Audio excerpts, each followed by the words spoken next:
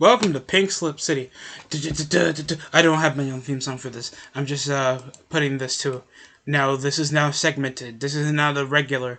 This is now the consistent when it comes to WWE. Their show sucks, their ratings go down, and of course, they have to fire more people. Sure, sometimes it's a sometimes it is a negative to hear people that had potential, or at least people that were in a swing, or people that were trying to get a different character that get released. And sometimes it's just a financial reason. Most of the time, it's just they're not doing much to produce well for the company. And the current people that got released is Ashante Adonis, Drake Maverick, Isaiah Swerve Scott, go back to the Indies, Jackson Riker, or Gunner if you know him from TNA, John Morrison, that's a big one right there. John Morrison, Frankie Monet was released not that long ago, reportedly after spending a stint over with NXT. I think last time she was with Robert Stone, and now both husband and wife is gone. Shockingly enough, I expected John Morrison to have a longer stint there because they had him doing Yamaste, like wearing crappy 40-year-old dad 70s clothes while like not doing much, and then being like before that he was just jobbing out after his feud with The Miz went nowhere, and he was just not technically getting taken seriously, and they couldn't just space him out because that would be wasting too much money when they have younger guys coming in.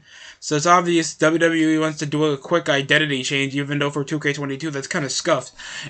Shane Thorne, I heard he was also having a character change, turning him into some kind of southern midget, like a ripoff, whitewashed Jimmy Wang Yang with no charisma.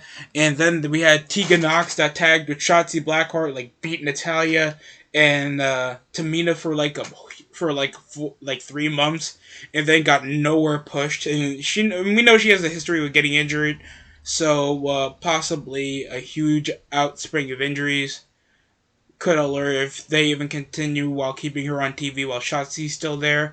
And Top Dollar, like the whole hit row is gone. First it was B-Fab, and it's like, okay, one member is gone. People are going to think the rest of the team is still there for no apparent reason. So they just fired everybody. So that's crazy upon itself. How you just bring up a team that was highly advertised on from the main roster just to get released. And we understand that most of this is either social media backing from B-Fab and, of course, Top Dollar that got involved in a bit of racial dispute with Jinder Mahal. So this was kind of foreshadowing what was going to happen to the careers of most of the guys over in the Hit Row, because they think of making their shit so public where it's going to toxify most of the roster. And just knowing, like, these guys are probably not going to be together, it just shows, like, how cutthroat WWE really is to trying to contain more of an image on the social media portion of WWE. So that's crazy upon itself. John Morrison's the biggest release next to Drake Maverick, because I thought Drake Maverick was an entertaining person. Like, the only person that has experience over with TV, has the entertainment value to be a great lower Carter veteran that can work over a match, always entertaining over his segments with the 24/7 title. He even was brought back not earlier over from crying like a little bitch over social media to get his job back. Then tag team with somebody by the name of Killian Dane. He used to be called Big Damo. Big fucking Damo. He sounds like a What Culture reject. And of course, came back with a suit and tie.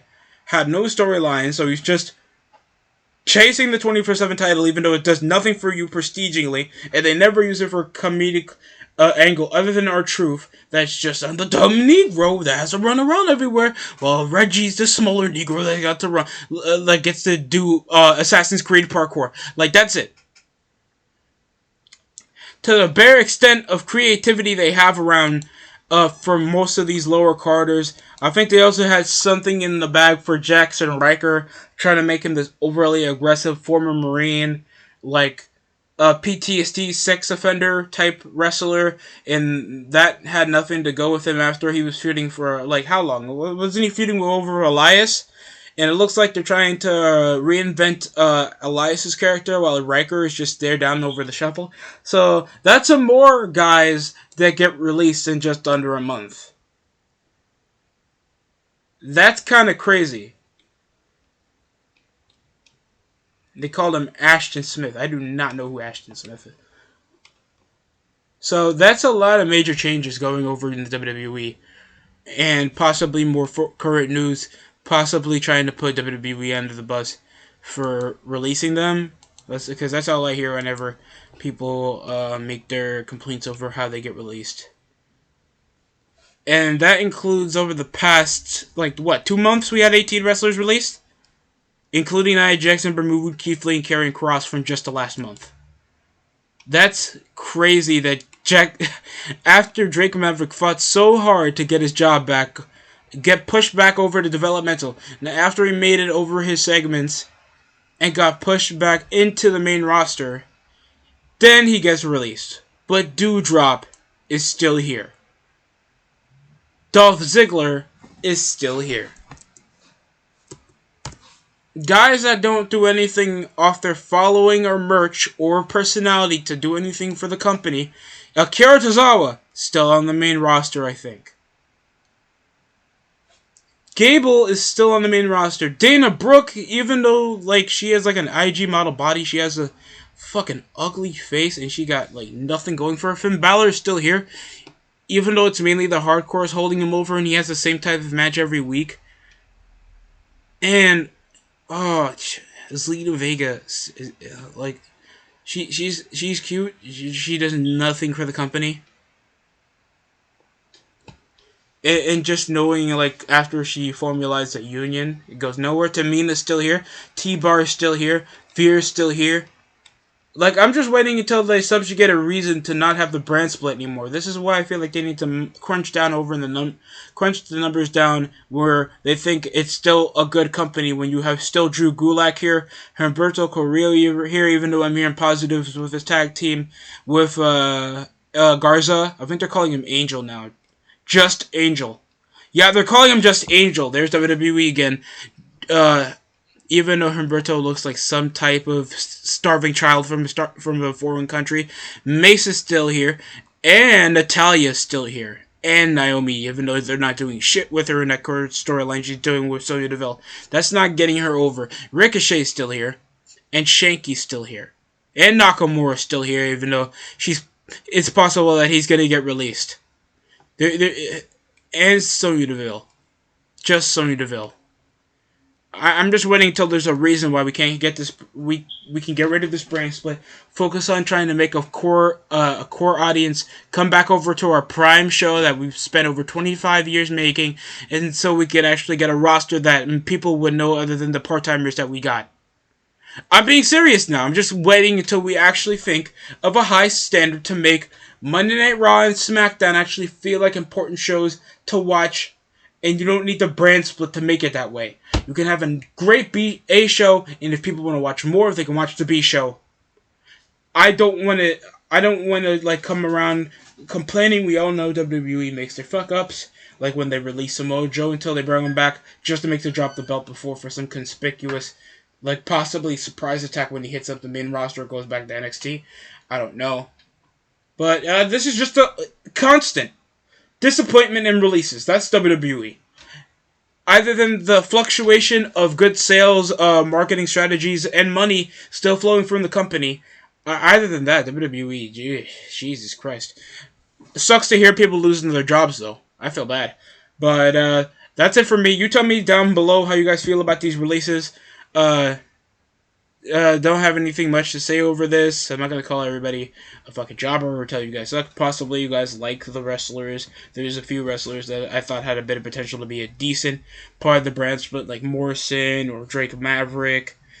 Or, I guess, that's it. Possibly Tegan Nox, even though the whole thing with her is that she knows most of the NXT women, and she wears Captain Marvel gear, and she's injury prone. Other than that, not really much of a game changer as last month, where people thought Frankie Monet, Karrion Kross, Scarlett Bordeaux and Keith Lee would have been the future for WWE. That was the most hype coming over here, but this is just getting a bit funny at this point. This is not even getting ridiculous. This is just getting funny how you guys are not expecting this. How the downflux of how WWE's ratings are going. Or how you think they're even still consisting this fluctuation of talent, and yet they're still making more money than AEW. So, not much over to complain financially. But, like, systemically, WWE is just having this much of an issue even, like, consistently holding talent. If this is the case, if you just bring them over on TV and they already are gone. Crazy, really. But, thanks for watching. That's it for me. You can go and watch my other content that I have on my channel. I've like near 1,000 of these videos, so nothing to stop you. And that's it.